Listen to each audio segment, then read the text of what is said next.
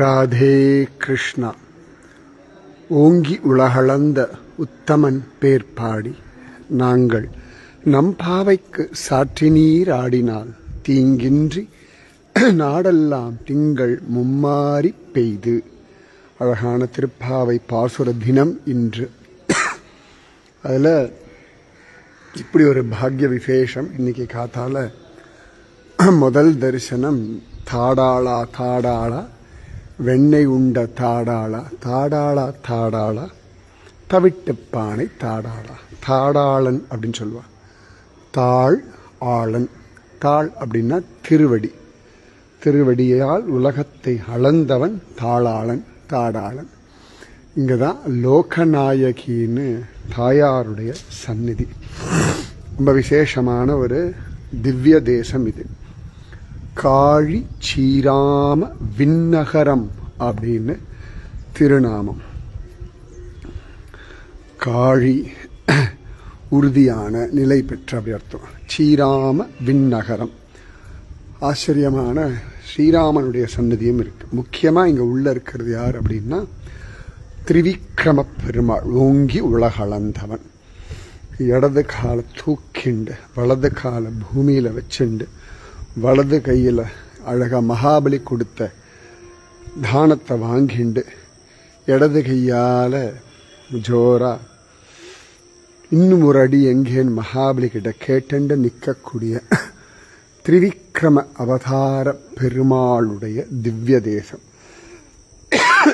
காழி சீராம விண்ணகரம். சீர்காழி அதுதான். திருமங்கை மன்னனும் இங்கே வர திருஞான சம்பந்தரும் அவரும் சந்திக்க ஒரு குரலாய் இருநிலம் அப்படின்னு சொல்லி மூவடி நிலம் வேண்டி அழகா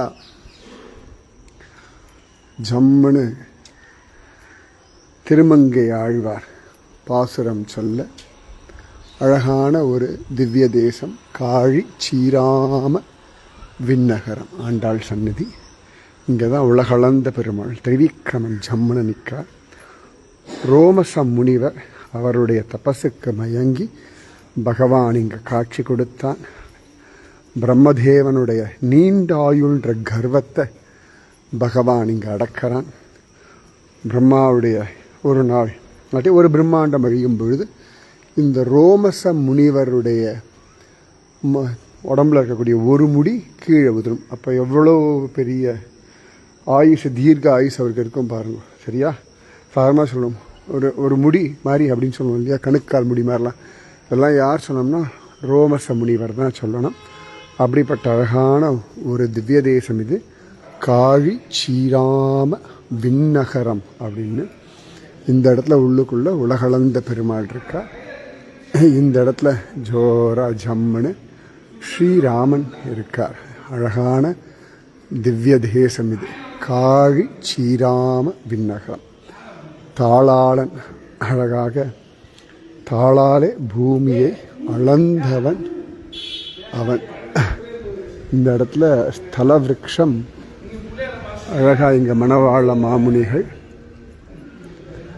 இந்த இடத்துல அழகா ஜோரா ஒரு பலாமரம். இதுதான் ஸ்தல விருட்சம். திருமங்கை ஆழ்வாரும் மயங்கின அழகான ஒரு தாளாளன் தாடாளன். உங்களுக்கும் உங்கள் குடும்பத்திற்கும் பரிபூரண பக்தி ஞான வைராக்கியம் ஆயுர் ஆரோக்கிய ஐஸ்வர்யம் எல்லாம் தரட்டும்.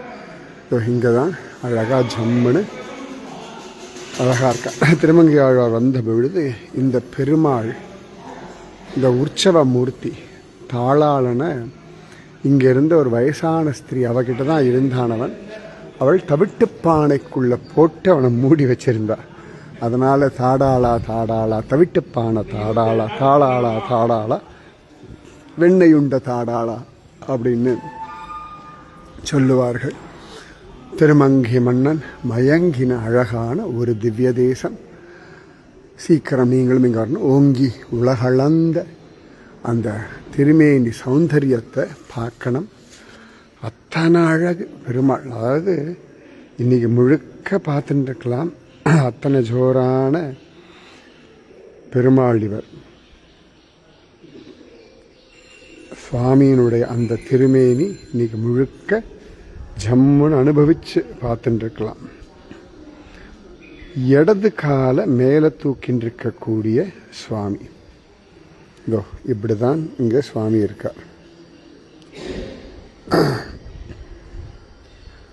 இதுதான் சுவாமியினுடைய ரூபம். தாடாளன் தெரிகிறதா? அப்படி சங்கு எல்லாமே சாய்ச்சிண்டு, பெரும்பாலும் தலையை சாய்ச்சிண்டு ஜோரா காட்சி கொடுக்கிறார். ஓங்கி உலகளந்த உத்தமன் இன்னைக்கு உங்களுக்கு இப்படி ஒரு காட்சி கொடுக்கிறார். ராதே கிருஷ்ணா. ஸ்ரீமதே ராமானுஜாய நமஹ.